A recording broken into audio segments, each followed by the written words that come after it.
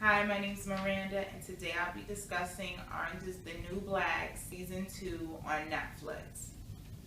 First off, let me just say a major congratulations to a girl that a woman now that I went to school with, Deasia Butler. She was a nice girl in school, very smiley and upbeat, and I'm just so proud of the positivity that she's doing right now. She was actually an extra in Orange is the New Black in the first episode when the inmates have to go outside in Chicago and they grab the coats and some grab the hats.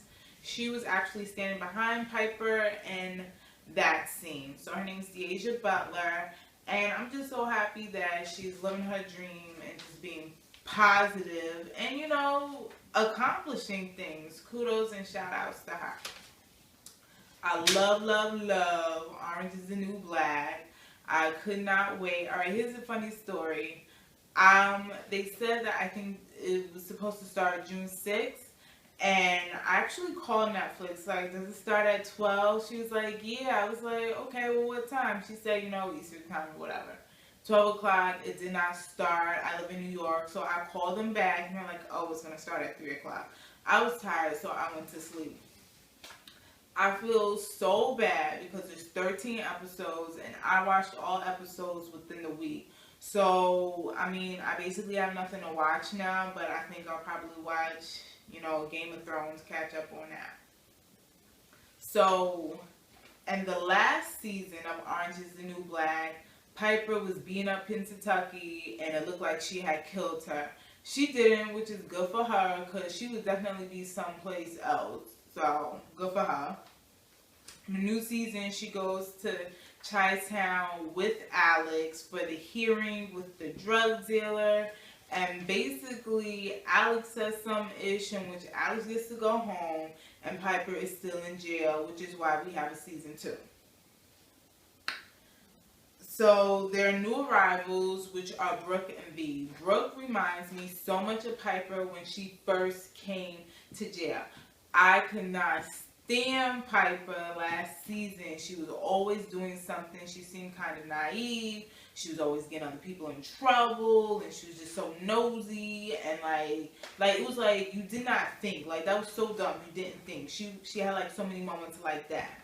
And B is basically Tasty's foster mother. V is short for Yvonne, also villain. So yeah, Brooke is kind of like that. She used to be an activist or something, and she goes gay for stay as well. She says she had like a gay encounter, but she ends up messing with the younger redhead. I keep forgetting her name. But yeah. And that's a funny scene. Their sex scene is funny as well. So I'm gonna give some details. I don't want to give it all away because I know not everyone's seen it, but I just feel like I have to get it out because I love the show. Let me see. So V is in for drug related stuff, and she basically has the black girl clique. She has a history of Red, which we find out as the story progresses. She's really mean and evil. She runs the tobacco business in the jail, and she's really good at finding people's weaknesses and being able to just like talk to them and get their insecurities. This season, I like that we see more character development. I also appreciated and love seeing the background info of all the inmates and how they landed in jail. So, it's the same as last year, but I feel like they developed some of the characters more. Season 2 is not as campy and upbeat as season 1. Because season 1, I was laughing every episode. But it is darker, but I feel that that's a good thing. For instance, Morello, the girl who says that she's going to get married, we find out that she's batshit crazy, that she's a stalker, and she can still stalk her so-called fiance from jail. She's crazy, but she finally, I think, snaps out of it. But you see, her background. You see the cancer lady, that she was a bank robber, and she looked for the thriller things, and why she was called a Black Widow, which is kind of sad because basically everyone that she loved dies. She, I guess, kind of kills them because, like, basically she kisses them before they do bank heists, and then, like, the guy gets shot or something and he dies.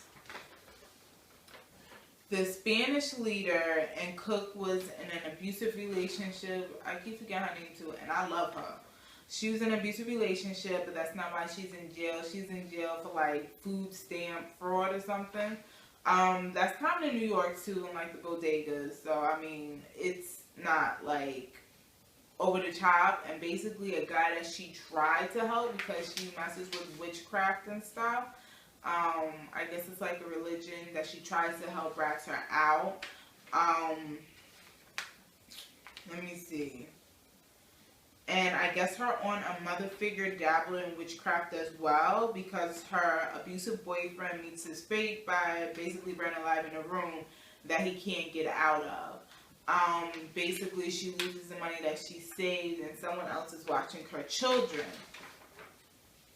Crazy Eyes, aka Suzanne, which is her real name, Suzanne Warren, is shown as being a child with, like, you know, needing special needs. She's fragile mentally, and seeing that, also that she's the only black girl wherever she is. So she doesn't quite fit in, and she has white adoptive parents.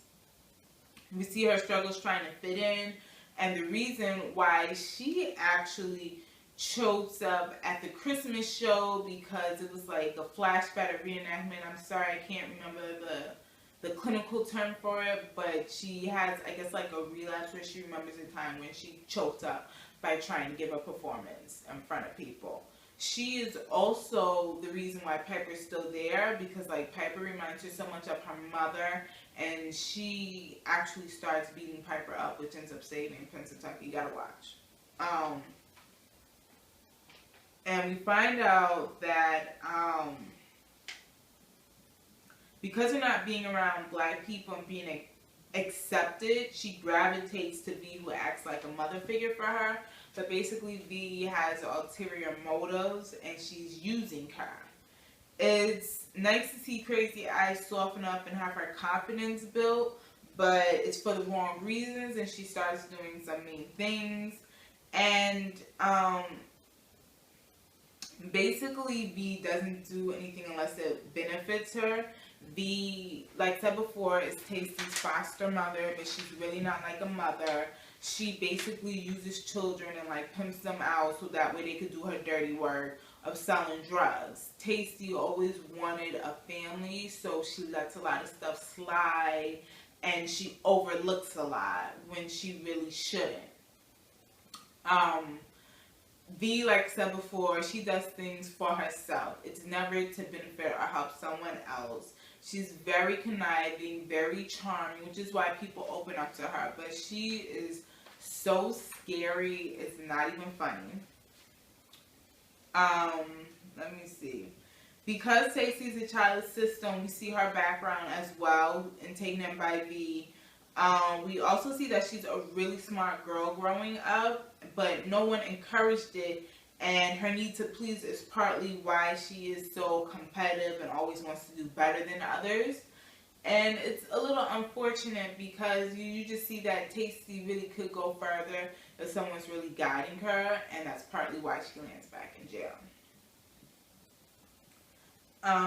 Pusey, Tasty's good friend, she reminds me of Wallace from The Wire. She comes from, like, a good structured military family, so she's an army brat, and her first love was while her father was stationed in Germany, and her love affair was cut short when the other girl's father finds out that she's gay and basically has her father shipped back, but has Pusey's father shipped back after her father promised her that they could stay in Germany. So you see, like, where it's hard for her to just, you know, let loved one go. We see that she does have deeper feelings for Tasty, and she does love her, but Tasty is not open to being gay.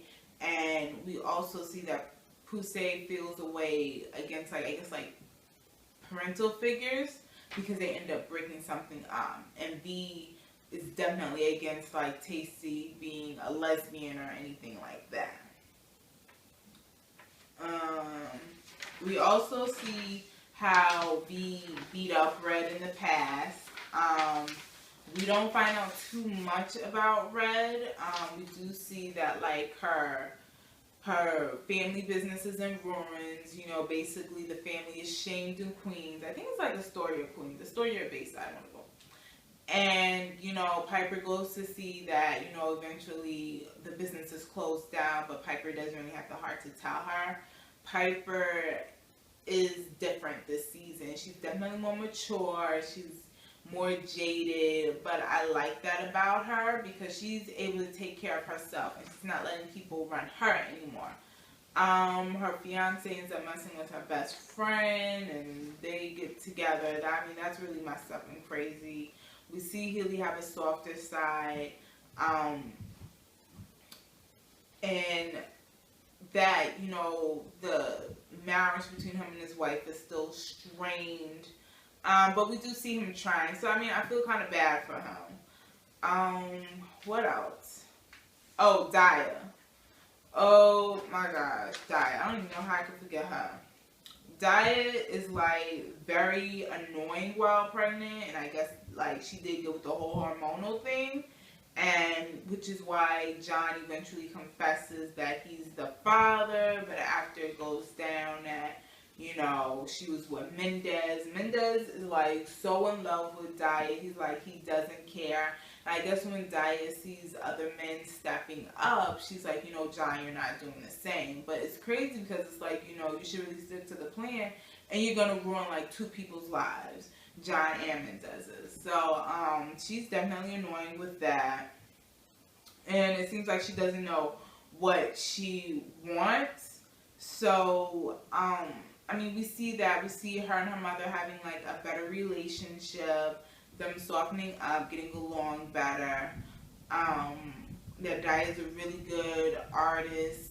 You know, she draws. I mean, there's so much that goes in, and then there's other stories, not only with the main characters of the inmates, but with the other characters. So there's various subplots that, you know, Figueroa has a gay husband, and that other guy with the mustache likes the other young cop, you know, another cop, they want to move forward and move in together. There's so much going on.